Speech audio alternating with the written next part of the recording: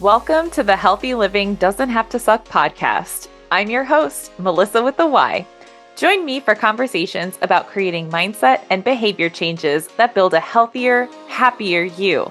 Let's drop the struggle and say hello to healthy living made easy, entertaining, and empowering. Hey everyone, before we dive into today's episode, I wanted to let you know that in honor of Lifestyle Medicine Week, I'm running a free ebook promotion for Healthy Living Doesn't Have to Suck on Amazon. So head to the link in the show notes to grab your free copy of the ebook today. Make sure to hurry because this sale ends Friday, May 26th. Hey there, change makers. Welcome back to the Healthy Living Doesn't Have to Suck podcast. And this is a very special week because it's actually Lifestyle Medicine Week. So this year for 2023, Lifestyle Medicine Week is taking place May 21st to the 26th. So I wanted to be able to share about lifestyle medicine, touch on the pillars of lifestyle medicine, as well as the guidelines and recommendation for optimal health. So yay! In case you couldn't tell, I get super jazzed talking about this subject. So first of all, let me say, if you're catching the YouTube version of this podcast, I am normally not this made up, but I was recording a big project today and, I got a little done up, got the makeup done, got a blowout. So, thanks Dry Bar Orlando, because that was a super fun time and I will definitely be back. Okay, back to business. But, that's all good part of self-care, right? Feeling good, looking good, and having fun with it. So that's where we're at now, is bringing it back to talk about lifestyle medicine, but in a fun way. I want to preface this conversation by pleading with you to stop being so hard on yourself. The information that I'm going to be sharing today is the optimal health guidelines, which means that's like the gold standard recommendation. But each and every little move that you make in that positive direction is amazing. So, as I'm going through each of the pillars of lifestyle medicine, you may start hearing that inner critic voice kind of chiming in like, oh, you're nowhere near that. Oh, you're never going to get there. Or that sounds like too much. You can't do that. Wow, let's just shut that shit down, right? So you don't have to buy into that little annoying voice in your head. You can take your power back from that voice, and that is what we're going to do today. I could go on like a whole 4-hour tangent about just that topic in particular, but as we're going through this conversation, I'll just sprinkle in some little reminders along the way for us. How does that sound? I'm giving 2 thumbs up. So I think that sounds good. Let's just roll with it. Okay.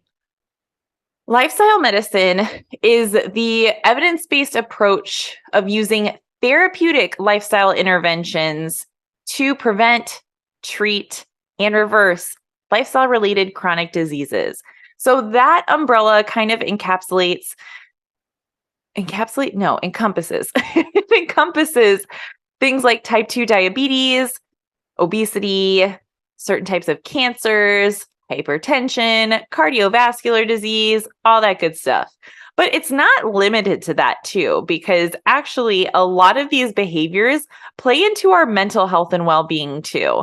So by being able to take care of our bodies, we're also helping to take care of our mind and vice versa. The more that we focus on changing our mindset around our behaviors, the more of that positive momentum we're just going to continue to build. That's what we're looking for. So I know we have touched on lifestyle medicine a little bit in the introductory episode of this podcast, but just to revisit it, there's 6 pillars of health involved. And those pillars all work together to support each other. And it's not like we can just pour all of our time, attention, and energy into one pillar and ignore the rest, right? We want to be able to have a nice, well-rounded approach to our total well-being. So the 6 pillars of lifestyle medicine that we'll be doing a little bit deeper dive into today are physical activity, nutrition, stress management, healthy sleep habits, positive social connections, and avoidance of risky substances like tobacco, vaping, and alcohol. So, Lifestyle Medicine Week is really a movement across the world, honestly, to raise awareness of the impact that these health behaviors have on our well being and encourage people to take action in working to make those small changes that will help to promote their health and reduce those behavioral risk factors. If you follow me on social media, you'll be seeing some lifestyle medicine posts over the next week. Now, if you're catching this episode at a later time, that's okay because I'm actually releasing and launching the Lifestyle Medicine Mini-Makeover. So it's a 7-day challenge introducing the pillars of lifestyle medicine and encouraging, that's the word, participants to try out each of the lifestyle medicine behaviors on different days.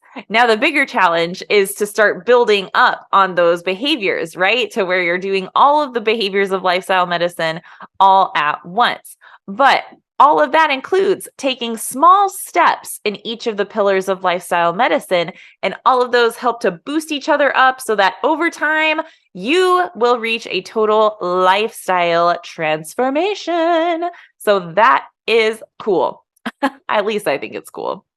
I'm also super stoked because I got invited to Lake Nona, which is a up and coming area of Central Florida. And there's actually like a whole part of it called Medical City that's got all of these different healthcare organizations like grouped within like a 2-mile radius. And within that is the Lake Nona Performance Club. And I actually serve on the Medical Advisory Council for the Lake Nona Performance Club, or LNPC. It's been a really amazing experience to be connected with other professionals who are so passionate about not just educating about lifestyle medicine, but really trying to integrate it within the community. Okay, back to Lake Nona. They are hosting a Global Wellness Day event on June 10th, which actually happens to be Global Wellness Day. And I get to do some like lightning coaching sessions there. So I'm going to have a booth set up and people are going to be able to drop by and they get like a 10-minute free coaching session where we work on setting a behavior change goal. So it's really awesome because they're going to be going to all of these different booths, talking to all of these different healthcare professionals and learning about lifestyle medicine. And then I get to help them bridge that knowledge and behavior gap to actually implement the knowledge that they're learning. So I'm super excited about it and it should be a really good time. So I can't wait to give y'all a recap after that event happens. But yeah, it's going to be awesome. So I'm really excited. I haven't done anything like this yet, so I definitely think there's going to be some trial and error, but that's okay. You know, that's how we grow.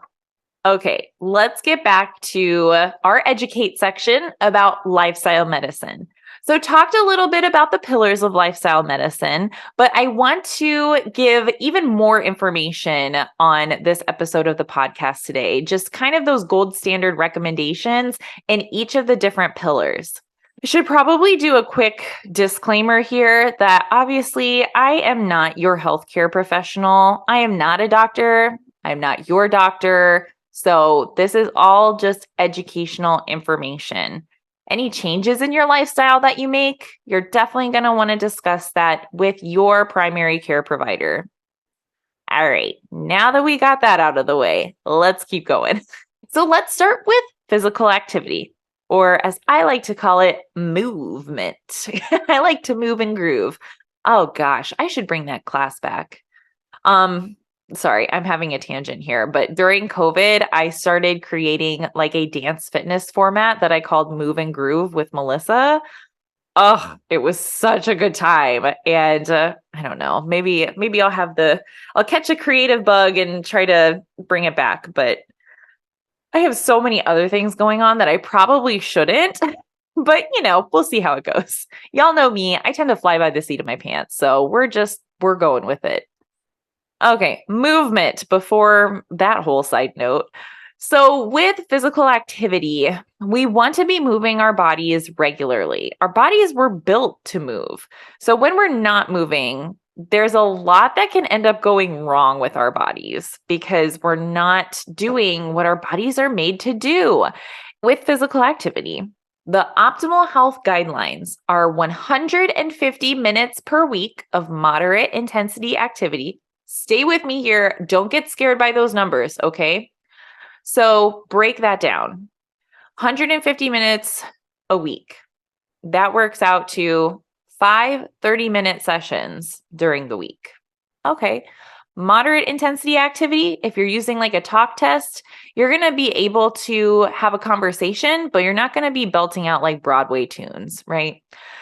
Then the other option is that you could also, instead, you could do 75 minutes a week of vigorous intensity activity.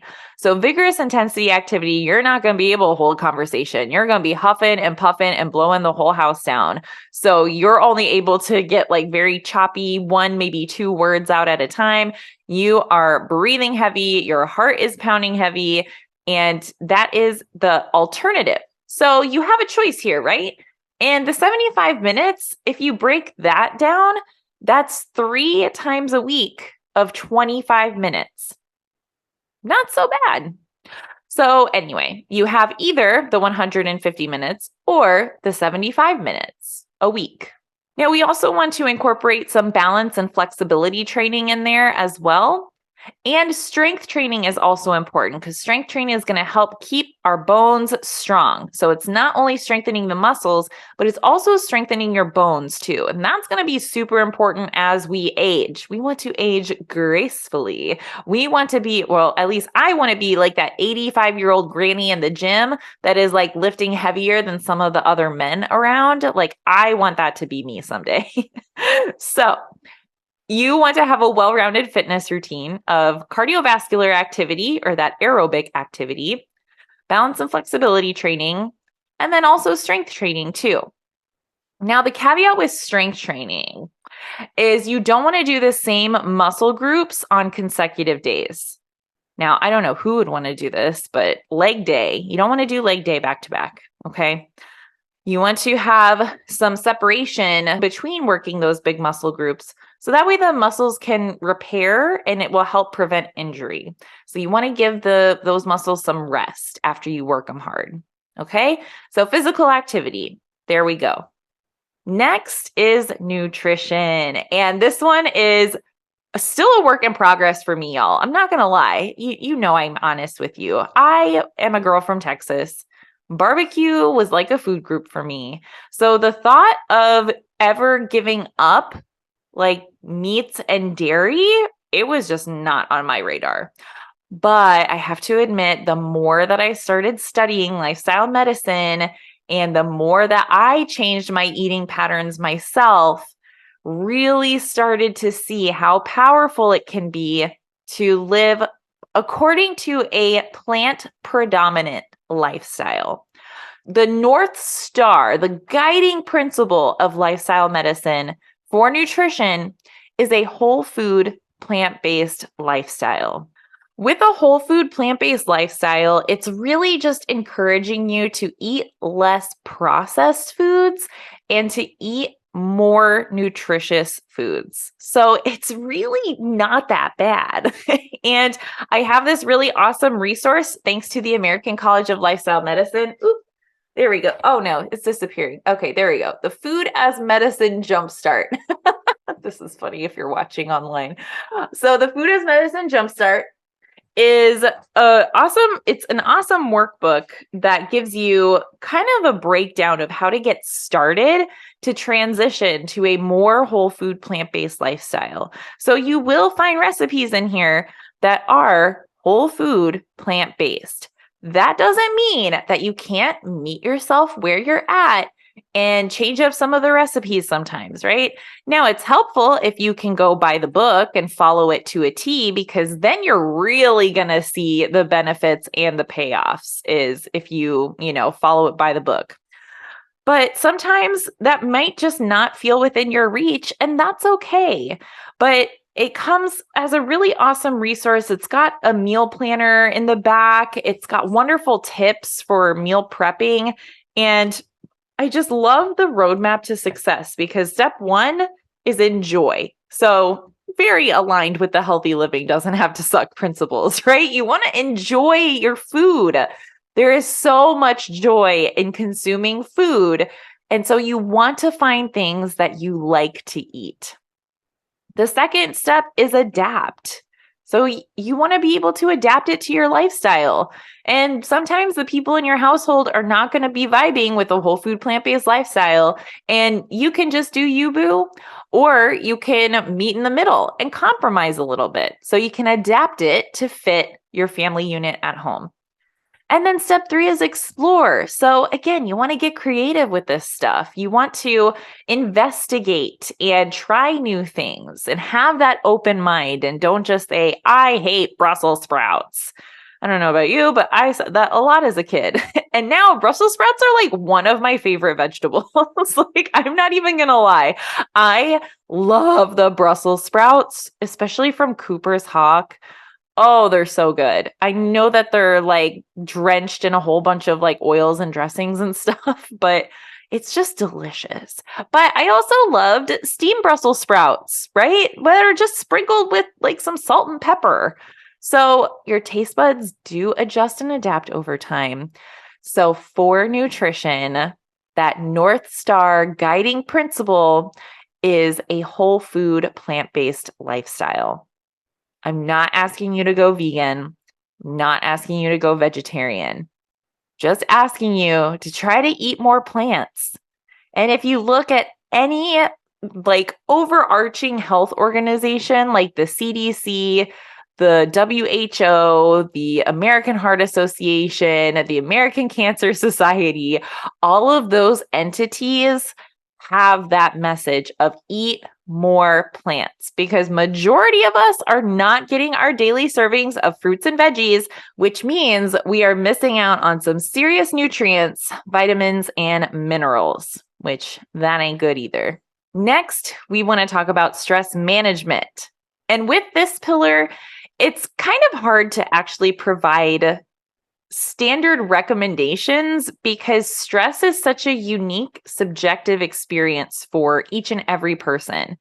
While our physiological response of stress is very similar, the same mechanisms kind of kick in to help us take fight or flight into gear, but the experience of stress symptoms can be vastly different from person to person. And the same situation could cause a significant amount of stress for one person and very little to no stress in another person. So for stress management, it's really about becoming aware of your experience of stress, identifying and recognizing how stress shows up for you, and then being able to build a toolbox of stress management coping strategies that support your well-being. That could be things like going for a walk, getting outside, petting your dog or your cat. I love a good pet therapy session. Or finding a hobby that you enjoy and doing something that you can engage your full attention to. So there's a lot of exploring to do with stress management strategies, but you want to be proactive about recognizing, identifying, and then managing the stress that you do experience. Okay, y'all, we got to talk about the healthy sleep habits pillar. This one is so important. And yet, as life gets busy, it's usually the first thing that we sacrifice, when in reality, it should be the first thing that we're prioritizing. Sleep is what helps us refresh, restore our energetic resources, and handle and better manage the stress of our busy lives. And not only that, it also helps our brains and our bodies to repair different damages that tend to happen throughout the day. And when you're not sleeping well or you're experiencing sleep deprivation, you're probably not a very enjoyable person to be around, right? So we want to be able to prioritize healthy sleep habits. And for adults ages 18 to 65, trying to regularly get on average between 7 to 9 hours of sleep per night is that guideline for optimal health. And then we have positive social connections. And this one is fabulous for being able to find a support network for yourself, for building and enhancing your relationships. And when we're looking at our positive social connections, we want to have people that we can rely on that support us in a lot of different ways, whether it's emotional support or task support, like helping to get things done around the house, or also to find a community of people like our change makers who might be working on similar goals that you can all connect with and help to support and encourage each other and also provide some accountability. And then we have the sixth pillar of lifestyle medicine, avoiding risky substances. Usually, when talking about this pillar, people understand the harmful risks of smoking cigarettes and vaping, but alcohol is also under this umbrella.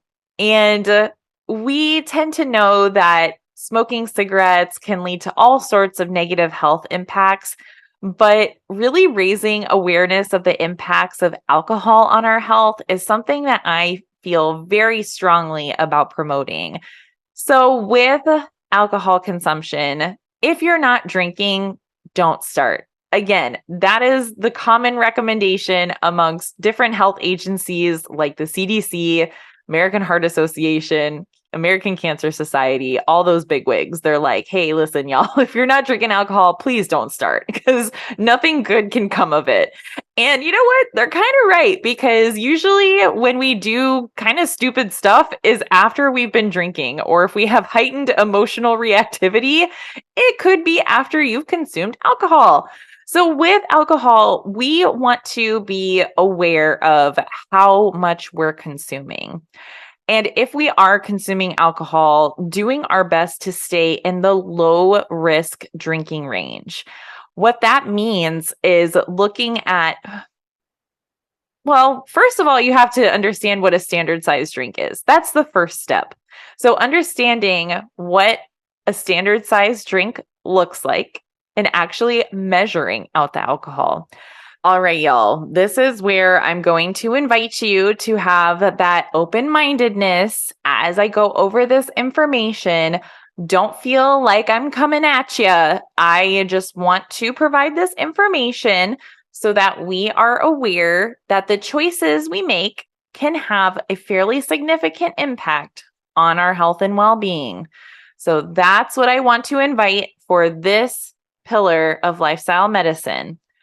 When we're talking about alcohol consumption, I am reading straight from the CDC website right now.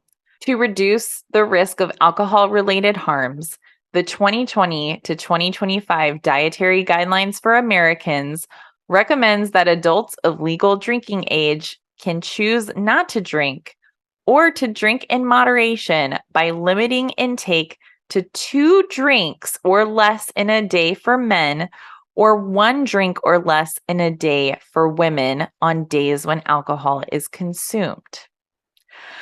That being said, this is a much more common issue than a lot of people think because the statistics here say 2 in 3 adult drinkers report drinking above moderate levels at least once a month. So again, this information is meant to help educate on what the low risk drinking guidelines are, because binge drinking is also an issue. We've got that work hard, play hard mentality, and binge drinking is one of the leading preventable causes of death. So, Debbie Downer here. I know. Listen, I still enjoy a good glass of sparkling wine now and then, or 2, sometimes 3 if it's a bottomless brunch, but you know what I mean. It's about being aware of the impact of your choices.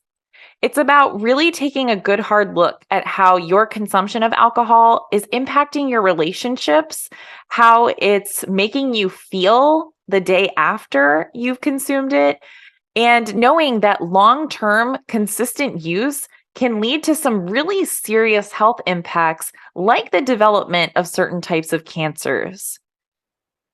So take a deep breath with me. Okay.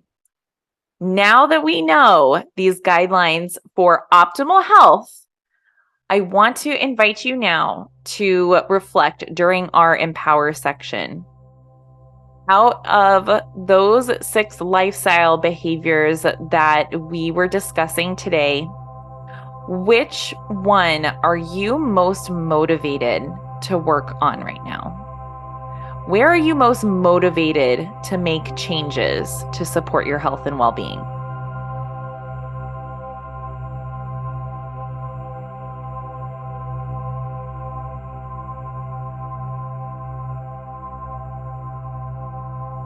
Next, I want you to rate on a scale of 1 to 10. How motivated are you to make a change in this area?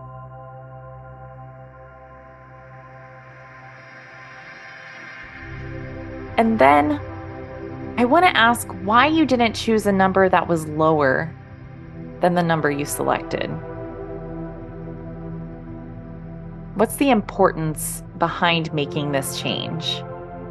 What makes you confident that you'll be able to accomplish this change?